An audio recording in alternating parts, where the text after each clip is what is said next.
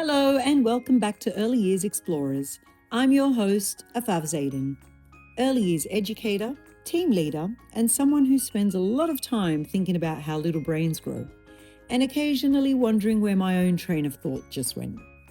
In today's episode, we're diving into cognitive development in the early years, what it really looks like, how it actually happens, and why it's often hiding in the most unexpected and sometimes messy moments of the day. We're calling this one Supporting Cognitive Growth Through Everyday Activities. Because cognitive development isn't just about numbers, letters, or getting school ready. It's about thinking, questioning, problem solving, and yes, even figuring out why the block tower had to fall for the 5th time in a row. And if you've ever caught yourself thinking, are they learning anything from this or just making a mess? You're definitely not alone. Today we're keeping things real and practical, looking at how everyday interactions, play, and even those in-between moments are doing a lot more heavy lifting than we sometimes realize. So whether you're in a classroom, at home, or listening while stepping on yet another Lego, you're in the right place. Take a breath, maybe grab that coffee you reheated 3 times, and let's explore how young minds really grow together. Hi, and thanks for joining me. Let me start this episode with a little truth bomb.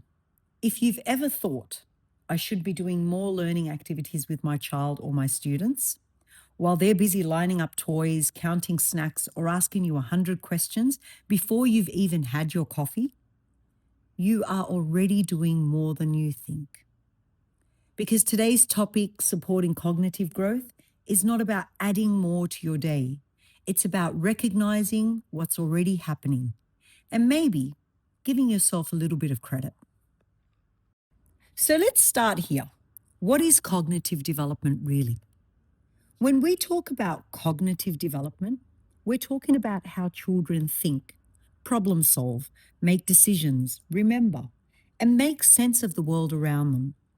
It's essentially how their brain learns to learn. Now, a lot of the time we picture this as something that needs to be taught. Sitting down, structured activities, maybe even worksheets. But in the early years, that's not how it works. Children learn best through experiences, through movement, through play, through interaction, through trial and error, through doing something again and getting it wrong and then trying again. And research consistently supports this.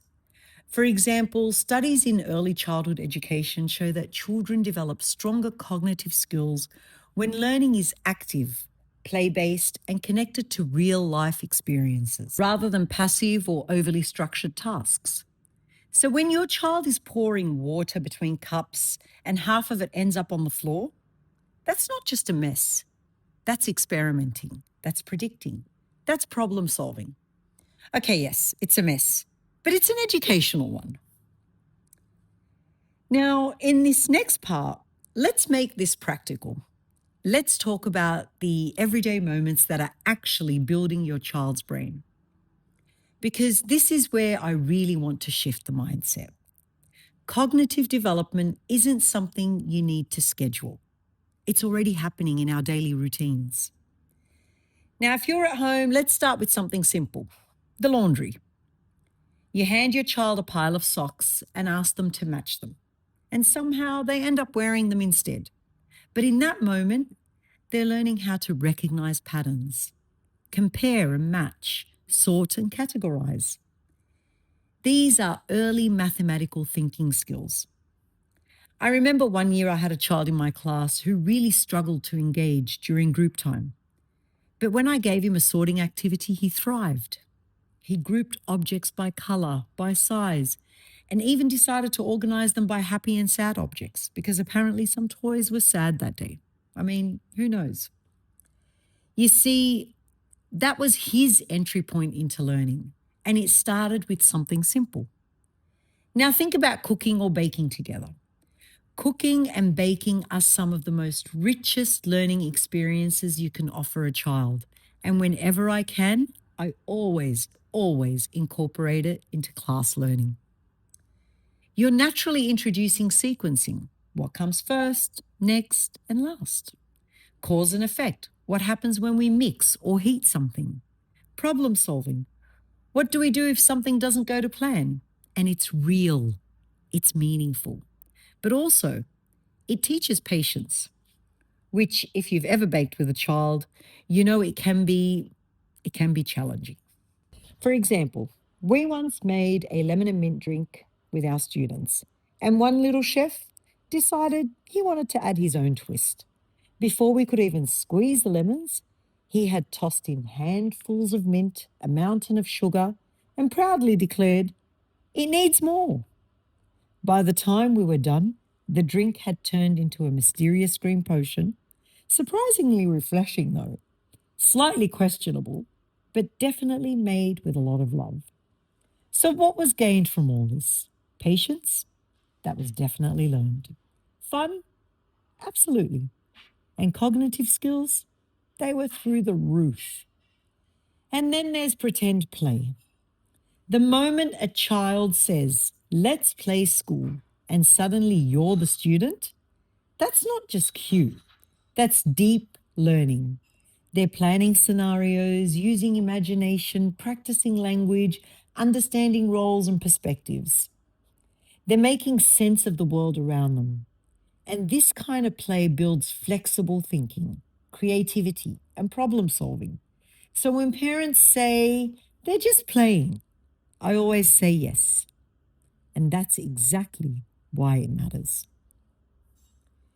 Now, let's talk about something every parent and teacher knows all too well, the infamous why stage.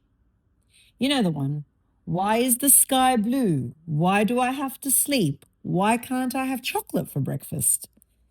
By question number 37, your brain might be thinking, maybe I should just move to a deserted island where no one asks questions at all.